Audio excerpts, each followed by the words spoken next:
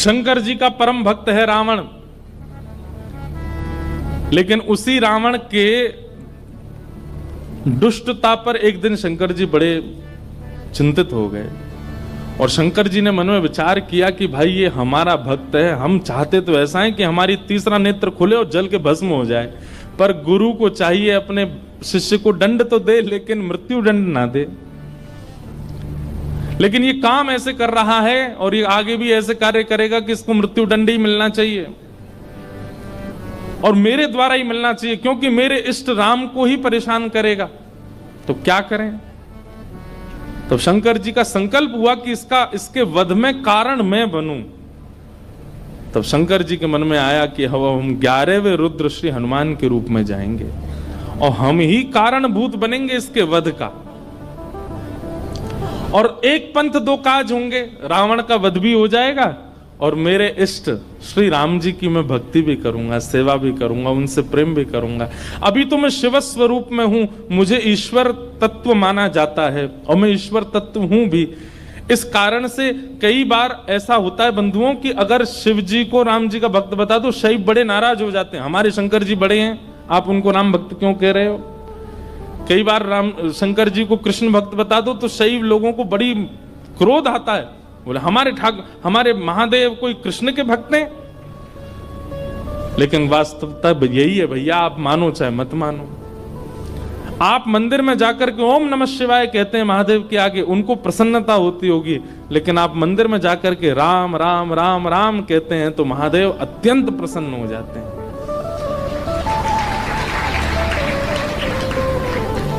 सहस्त्र नाम तत्तुल्यम राम नाम वरानने। हजारों बार कोई राम नाम कहता है तब राम नाम को सुनने के लिए महादेव स्वयं प्रकट हो जाते हैं। कृष्ण नाम सुनकर के स्वयं प्रकट हो जाते हैं महादेव। तो महादेव ने विचार किया कि मेरे इष्ट की सेवा भी हो जाए और ये दुष्ट रावण का वध भी कारण मैं बनूं। तब महादेव ने विचार किया और ऋषियों से कहा कि भाई ऐसा हमारा मन का विचार है कि हमारा ही तत्व जावे पृथ्वी पर और राम जी की सहायता करे रावण वध में, और राम जी की सेवा आराधना भी कर ले। तब ऋषियों ने कहा महाराज, इस धराधाम पर पृथ्वी पर आपके तेज को धारण करने की सामर्थ्य किसी स्त्री में नहीं है, कौन धारण करेगा। तब ब्रह्म लोक की एक अप्सरा थी, उनका नाम था कुंजस्थला। उन्होंने एक ऋषि का उपहास किया, बहुत ध्यान से सुनिएगा, और उस उपहास के कारण ऋषि ने उनको शाप दे दिया कि तुम बानरी हो जाओ। इतनी जोर से हंस रही हो संतों के ऊपर। एक बात बता दें आपको, जो संत ऋषि महंत भक्त वक्ता वैष्णवों के ऊपर या उनकी भक्ति के ऊपर हंसी करते हैं, उनको भी बानर बनना पड़ता है अगले जन्म में। इसलिए कभी किसी भक्त की हंसी मत करना। तो कुंजस्थला को शाप दे दिया, बोले जाओ तुम बानरी बन जाओ। लेकिन क्रोधापि देवेन वरेण तुल्यम, बड़े लोगों का क्रोध वरदान के समान होता है। वो क्रोध में श्राप तो होता है पर उसमें वरदान भी होता है। कुंजस्थला अंजनी मैया के रूप में पृथ्वी पर प्रकट हुए और आपका विवाह बानर राज केसरी जी के साथ में हुआ। पर केसरी जी को भी श्राप लगा हुआ था, ऋषियों ने श्राप दे रखा था कि आपकी कोई संतान नहीं होगी। कैसे संभव हो। और तभी महादेव ने मन बनाया कि भाई हमारा अंश स्वरूप पृथ्वी पर आवे। तो महादेव की नित्य आराधना करती थी अंजनी मैया। ऋषियों ने अंजनी मैया को चुना, बोले यही हैं जो महादेव के तेज को, महादेव के बल को, महादेव के जो आत्म तत्व है उसको भीतर स्वीकार कर सके। इनका तप अद्भुत है। और क्यों ना हो, विवाह के उपरांत भी ब्रह्मचारिणी थी अंजनी मैया। बहुत ध्यान से सुनिएगा। एक दिन पर्वत पर बैठ करके अंजनी मैया महादेव की उपासना कर रही थी, तभी उनको स्पर्श का अनुभव हुआ। तुरंत अंजनी मैया ने नेत्र खोल करके कहा, मैं शाप दे दूंगी, कौन है, मेरा स्पर्श करने की हिम्मत किसने की? तभी पवन देव प्रकट हो गए और पवन देव ने कहा कि मां मुझे क्षमा करें, पर मेरा स्पर्श का अधिकार सबको है, मैं सबको स्पर्श कर सकता हूं, मेरा स्पर्श अपवित्र नहीं होता। इस पृथ्वी पर चींटी से लेकर के हाथी तक कोई भी नहीं है जो मेरे स्पर्श से वंचित रहता हो, इसलिए आप बिल्कुल मुझे शापित मत कीजिए, मेरा स्पर्श करने का अधिकार तो सबको है। अंजनी मैया बोली, तो फिर मेरा विशेष स्पर्श क्यों किया आपने? तब उन्होंने पूरी बात बताई।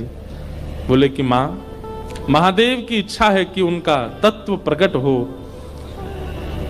मोहिनी रूप को देख करके महादेव इतने प्रसन्न हो गए कि प्रेमाश्रु के साथ उनका समस्त बल पृथ्वी पर झरने लगा, जिसके रूप में पृथ्वी पर विविध रत्न प्रकट हो गए, हीरे, सोने, चांदी, ये सब महादेव के प्रेमाश्रु से प्रकट हुए हैं।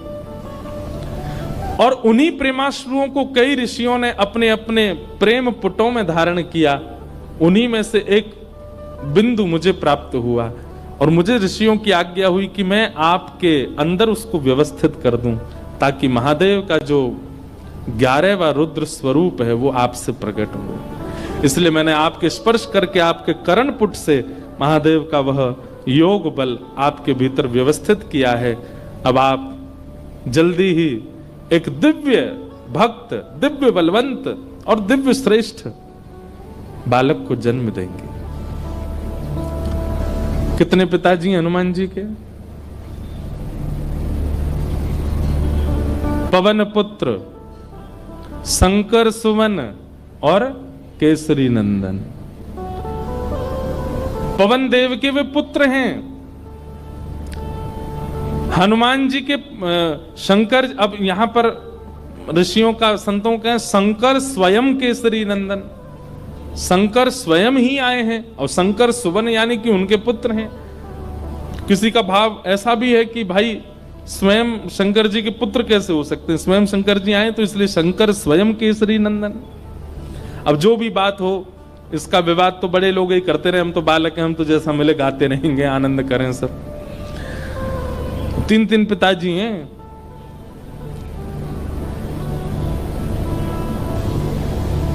इस प्रकार आज ही के दिन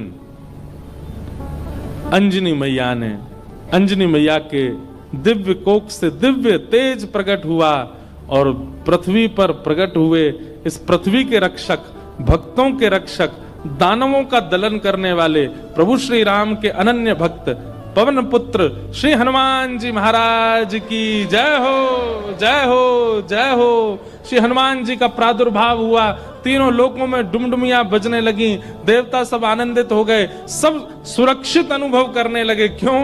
बोले अब हमारी रक्षा करने वाले आ गए। श्री हनुमान जी महाराज का प्रादुर्भाव हुआ। देवताओं ने आकर के सबने उनको बल प्रदान किया, किसी ने बल प्रदान किया, किसी ने गदा प्रदान की, किसी ने बुद्धि प्रदान की, किसी ने मेधावी। इस प्रकार से सब देवताओं ने आकर के हनुमान जी महाराज को दिव्य दिव्य तेज प्रदान किया। पर भैया एक बात सुनिएगा, हनुमान जी महाराज के पास एक भी वस्तु ऐसी नहीं है जिसकी कमी हो। वो भले ही बानर थे, पर बानर रूप में भी इतने सुंदर थे कि उनको देखने के लिए राम जी लालायित रहते थे कि कोई हनुमान जी को मेरे सामने बैठा दो। आज भी अनेक हनुमान मंदिरों में आप देखेंगे हनुमान जी के सामने ही राम जी बैठे होंगे। प्रियतम को सामने बैठाया जाता है, भले ही भक्त हैं हनुमान जी, लेकिन राम जी को उनका दर्शन इतना अच्छा लगता है, पूरा विश्व राम जी को देखता है, पर राम जी हनुमान जी को देखते हैं। और इस सुंदरता का कारण क्या है कि हनुमान जी में इतनी योग्यताएं हैं, पर सारी योग्यताएं भक्ति से ढकी हुई हैं। हम लोग कैसे हैं? हमारी सारी योग्यताएं प्रकट रहती हैं। कोई व्यक्ति अगर बहुत बुद्धिमान होता है ना, उसके रूप से ही पता चल जाता है कि बहुत बुद्धिमान है। ये देखो हनुमान जी डोल रहे हैं, बाय आ जाओ, आहा आ जाओ, मंच पे आ जाओ। ये देखो पूंछ से लपेट दो एक आध पंडित जी को, अनंत बलवंत श्री हनुमान जी महाराज की। यहाँ बैठ जाओ आगे, ये स्पीकर के आगे बैठ जाओ। हाँ बैठ जाओ। हनुमान जी बेचारे दांत नहीं है इनके, बैठ जाओ। खड़े रहोगे थक जाओगे। हे हनुमान जी बैठ जाओ, पूंछ संभाल के। गदा नीचे धर दो, गदा नीचे रख दो, थक जाओगे। बस ऐसी कथा सुनते रहो। बोलो हनुमान जी महाराज की जय। तो हनुमान चालीसा करके ही जाना सब लोग, उससे पहले मत चले जाना। हम लास्ट में ही करेंगे कि आप चले नहीं जाओ। आपसे पहले तो हमको जाना है। पर तो क्या बता रहा था मैं? हाँ, हनुमान जी में सारे गुण हैं। अष्ट सिद्ध नवनिधि के दाता, असवर दीन जानकी माता। अष्ट सिद्ध नवनिधि के दाता, अष्ट सिद्धियां हैं, नवनिधियां हैं। महाराज हम पे तो एक सिद्धि आ जाए, सिद्धि नहीं भी आवे तो हम लोग फूले नहीं समाते। उन पे तो 8 सिद्धियां हैं, 9 निधियां, पर फिर भी हनुमान जी महाराज इतने दीन कैसे? भक्ति। किसी का ज्ञान प्रधान होता है, किसी का स्वरूप प्रधान होता है, किसी की योग्यताएं प्रधान होती है, पर हनुमान जी महाराज ने सबको गौड़ करके अपने भक्ति को प्रधान रखा है। अच्छा एक बात बताएं, हनुमान जी का एक गुण है, बहुत ध्यान से सुनिएगा। हम सब में कोई योग्यता आ जाती है, जैसे किसी को गाना आ जाए, किसी को बजाना आ जाए, किसी को नाचना आ जाए, तो अपने उस गुण के स्वामी हम खुद बन जाते हैं। जो भी गुण है हमारे अंदर, उस गुण के स्वामी कौन है? हम खुद बन जाते हैं। पर हनुमान जी ने अपने सारे गुणों का स्वामी राम जी को बना दिया है। मेरे अंदर बल भी है तो राम जी की कृपा, मेरे अंदर बुद्धि भी है तो राम जी की कृपा, मेरे अंदर योग्यताएं भी हैं तो राम जी की कृपा। मैं सब जानता हूं पर अपने मन से कुछ नहीं करूंगा, राम जी कहेंगे तो ही करने जाऊंगा, तो ही करूंगा। पर हम लोग कैसे हैं? सारे गुणों को, सारी श्रेष्ठताओं को अपने ऊपर ले लेते हैं, इसलिए हम लोगों का उससे कल्याण नहीं होता, उससे कहीं ना कहीं हमारा मन विक्षिप्त रहता है। एक लीला सुना करके फिर हनुमान चालीसा गाते हैं। ठाकुर जी भी आ गए। जैसे किसी की विदाई होती है तो कोई बहुत रोता है ना, तो उसको अंदर कमरे में ले जाके समझाते हैं। ऐसे बेचारे के समझा बुझा के लाए, बोले फिर आएंगे कोल्हापुर में, फिर भक्त चरित्र होगा, आप चल दो, ऐसे मत करो।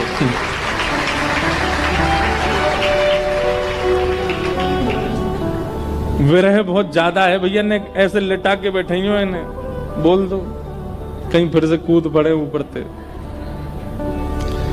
तो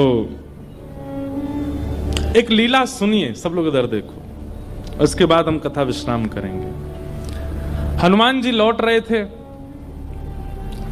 लंका से, पुष्पक विमान में राम जी के साथ बैठे थे। तो राम जी जगह जगह दिखाते जा रहे थे जानकी जी को, पता है आपको यहाँ पे हमने ऐसा किया था, यहाँ पे हमारी बली को हमने, बाली को हमने बाण मारा था, इधर बैठ करके हम सब बानरों के साथ में हमने मीटिंग करी थी, यहाँ पर ये हुआ था। सारे स्थान दिखाते हुए जा रहे थे राम जी। तभी एक स्थान आया, उसको देख करके हनुमान जी के नेत्र सजल हो गए। राम जी बोले, हनुमान जी आप क्यों रो रहे हैं? हनुमान जी बोले, अब जो नीचे स्थान है ना, ये मेरी जन्मभूमि है, यहाँ मेरा जन्म हुआ है, और मैं अपनी मैया अंजनी मैया से बहुत वर्षों से मिला नहीं हूं। मुझे सीता जी में ही अपनी माँ दिखती हैं, पर क्योंकि जन्म स्थान के ऊपर से जा रहे हैं तो मुझे याद आ गई माँ की। राम जी बोले, इसी वक्त यहीं पर ही विमान रोको, नीचे चलो, तुम अपनी माँ से। नहीं नहीं भगवान लेट हो जाएंगे। बोले नहीं, कोई देरी नहीं, हम भी मिलेंगे, हमारे हनुमान जी की माता जी का हम भी दर्शन करेंगे। हनुमान जी बोले, आप मिलेंगे मैया से? बोले हाँ मिलेंगे, चलो। और महाराज, अब कई लोग तो अलग अलग स्थान बताते हैं, पर एक प्रकार से श्री हनुमान जी महाराज महाराष्ट्र में जन्मे, नासिक के पास में श्री हनुमान जन्म स्थान है, ऐसा माना जाता है।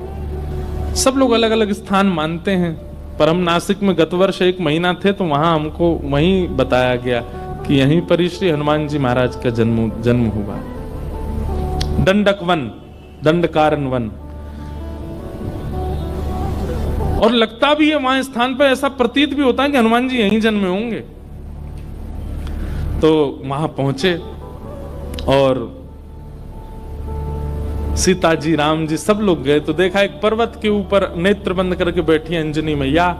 नेत्र खोल करके जैसे ही देखा तो सामने राम जी, जानकी जी, लक्ष्मण जी, सब वानरों की सेना और श्री हनुमान जी महाराज आ रहे हैं। अंजनी मैया के नेत्र सजल हो गए, दंडवत प्रणाम किया, बोले वाह, ऐसा पुत्र पूरे विश्व की मैयाओं को मिले जो साक्षात भगवान को लेकर के आवे। हनुमान जी को हृदय से लगा करके प्रसन्न हो गए। अरे मेरे लाल, अरे मेरे सुत, खूब पुचकारने लगी। वो प्रेम देख करके सबके नेत्र सजल हो गए। कितना प्रेम कर, हनुमान जी इतने बलवान हैं लेकिन मैया को देख करके बालवत हो गए, छोटे से लाला बन गए। जैसे एक लाला अपनी माँ के वक्ष पर ऐसे सिर रगड़ता है और माँ के गोद में बैठ जाता है, माँ के ऊपर चढ़ जाता है, ऐसे हनुमान जी चढ़ गए अपनी मैया के ऊपर। और ये श्री अंजनी मैया एक बालवत जैसे लाला को प्रेम करती हैं, ऐसे हनुमान जी को हृदय से लगा के खूब पुचकार रही हैं। हनुमान जी के नेत्र सजल हो गए, राम जी के नेत्र सजल हो गए देख करके अंजनी मैया के इस प्रेम को। अब मैया बोली लाला चल अब उतरो, देखो ठाकुर जी आए, कुछ सामग्री बनाऊं, कुछ पधराऊं इनको। सामग्री सिद्ध की अंजनी मैया ने, राम जी को अपने हाथ से भोजन पवाया। हनुमान जी आज इतने प्रसन्न हैं कि मेरी जन्मभूमि पर राम जी आए हैं। देखो हनुमान जी का एक गुण देखा आपने, हनुमान जी ने जिद नहीं की राम जी से कि मेरे घर चलो, राम जी खुद गए। यही होना चाहिए एक भक्त का स्वरूप, अपने गुरु से, अपने आचार्य की, उनकी इच्छा है जहां वहां चलो, अपनी इच्छा से नहीं।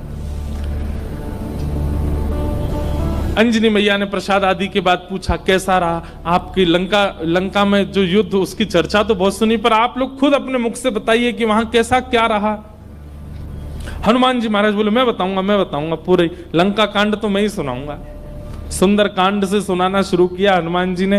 बोले ऐसे ऐसे भगवान ने कहा पता करके आओ, और मैया मैं उड़ करके गया और जाकर के मैंने वहां पर फिर लंका जला दी, सीता जी से मिल के आए, फिर हम वापस आए, राम जी से आकर के हमने निवेदन किया, पूरी वानर सेना लेके फिर हमने सेतु बनाया, सेतु बना करके वहां गए, वहां पर लक्ष्मण भैया को शक्ति लग गई तो फिर मैं हिमालय पर जाके पर्वत लेके आया, अंजनी संजीवनी बूटी दी गई, आदि आदि पूरी कथा सुनाने लगे।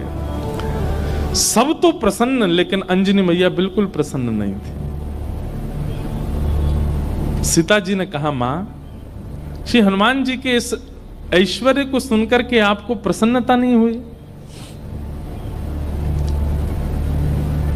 अंजनी मैया बोली मुझे बिल्कुल प्रसन्नता नहीं है, बल्कि मुझे तो संशय हो रहा है हनुमान के ऊपर। बोले क्यों? बोले हनुमान के होते हुए भी राम जी को इतना परिश्रम क्यों करना पड़ा? ये मेरा पुत्र हनुमान है, इसकी परवरिश ऐसी हुई है, इसका लालन पालन ऐसा हुआ है कि ये अकेला चाहे तो अपने एक बाम पाद प्रहार से पूरी लंका को रसातल में भेज सकता था। इसके रहते हुए सेतु बनाना पड़ा, लक्ष्मण भैया को शक्ति लगी, वैद्य बुलाने पड़े, इतने दिन तक युद्ध होता रहा, अहि रावण की यहाँ ठाकुर जी को जाकर के रहना पड़ा और ना जाने क्या क्या। ये सब सुनकर के मेरा मन बहुत विचलित हो रहा है। मुझे लग रहा है कि हनुमान तुम्हारे रहते हुए राम जी को इतना श्रम करना क्यों पड़ा? अरे तुम्हारे लिए तो बाएं हाथ का खेल है, तुम जाकर के पूरी लंका का नष्ट करके रावण को रसातल में फेंक करके सीता जी को कंधे पे बैठा करके ले आते तुम। इतना श्रम करने की आवश्यकता ही नहीं थी, करना क्यों पड़ा? तो ये बात सुनकर के और तो किसी के मन में नहीं, पर लक्ष्मण जी के मन में थोड़ा सा आया कि मैया को कुछ ज्यादा ही बल का मान है कि बहुत ज्यादा बलवान है। अरे ठीक है, हनुमान जी हो गई लीला पूरी, अब इतना क्रोध क्यों कर रही है बेचारी उन पे? अंजनी मैया समझ गई, लक्ष्मण जी अभी समझ नहीं रहे कि मैं क्या कहना चाह रही हूं। तभी अंजनी मैया एक दूर पर्वत पर गई और वहां पर्वत पर जाकर के हनुमान जी को टकटकी लगा के देखने लगी। तो हनुमान जी को देखते देखते अंजनी मैया के चित्त में वात्सल्य उमड़ा और वही वात्सल्य उनके पयोधर से दुग्ध बन करके बहने लगा। एक बूंद दुग्ध की पयोधर से निकल करके जैसे ही उस पर्वत खंड पर गिरी, पर्वत बीच से विदीर्ण हो गया, ज्वालामुखी प्रकट हो गई, काले काले बादल आकाश में छा गए, पृथ्वी डामाडोल हो गई। लक्ष्मण लाल जी बोले ये क्या था? तो अंजनी मैया बोली ये अंजनी के पयोधर के दुग्ध के एक बिंदु का ये असर है। जिस बिंदु को पृथ्वी और ये पर्वत नहीं सहन कर पाते, उस बिंदु, उस दुग्ध में पला बड़ा है हनुमान। उसको अपने गर्भ में धारण किया हनुमान ने।